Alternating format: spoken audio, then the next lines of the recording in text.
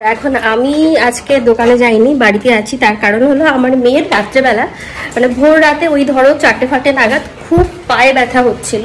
ওই একটা হয় না গা হাত পা চিবোনো, ওইটা মনে হয় সম্ভবত আমার মেয়ের হচ্ছিল।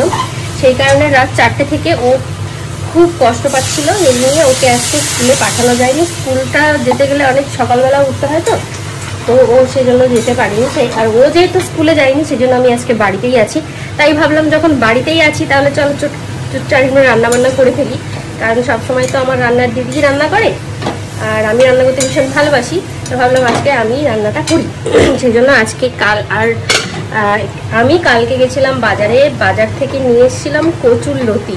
তো সেই যে কচুর লতিটা আমি রান্না করব, আর পাশের বাড়ির কাকিমা আমাকে দিয়ে গেছিলো একটা এঁচড়, তো সেই এঁচড়টা রান্না করব, কচুর লতি রান্না করব আর পমফ্রেট মাছ রান্না করব। এঁচড়টা বসিয়ে দিয়েছি, এঁচড়টা চিংড়ি মাছ দিয়ে এঁচড় করব। আর এখানে আমি কচুর লতিটাকে নুন জলে ধুয়ে ভালো করে ধুয়ে ভিজিয়ে রেখেছি, আরও একবার ধুয়ে নেব। এখানটাতে আমি পমফ্রেট মাছটা রেখে দিয়েছি নুন হলুদ, এটা আমি শুধু জিরে আর আদা বাটা দিয়ে আলু দিয়ে একটা পাতলা ঝোল। এখানটাতে আমি পমফ্রেট মাছটা রেখে দিয়েছি নুন হলুদ, এটা আমি শুধু জিরে আর আদা বাটা দিয়ে আলু দিয়ে একটা পাতলা ঝোল করব।